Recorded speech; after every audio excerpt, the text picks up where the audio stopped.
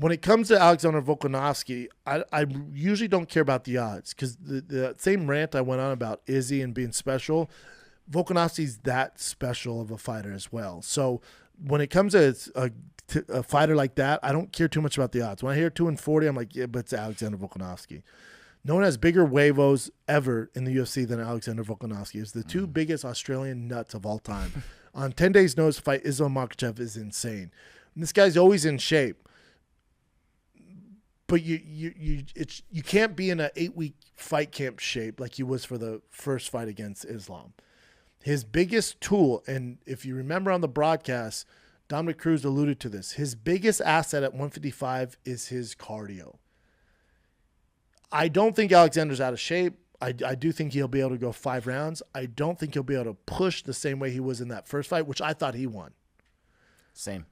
And he was able to pull that off in the transitions, in the striking game, the kicks, the tenacity, the takedowns, because of his cardio.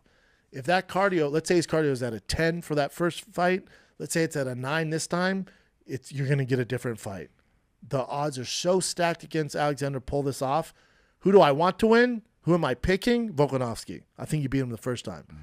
But if you tell me Volkanovski on 10-day notice, and even though he's a world-class athlete and his cardio is damn good, but on 10 days, it's not a 10, it's a 9, I'm picking Islam all day. I want Alexander to win. I'm hoping Alexander wins.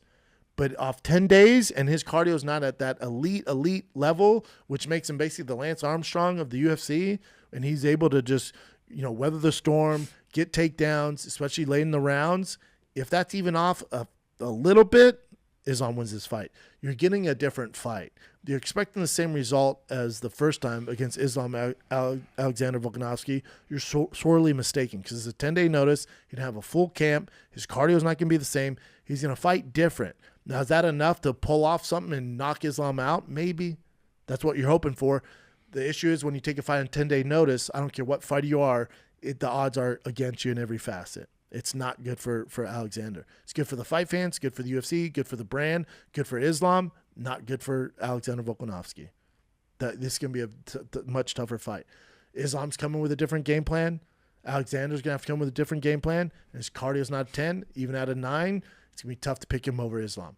But in my heart of hearts, I want Alexander to win this fight. I still think he's the best fighter on the roster.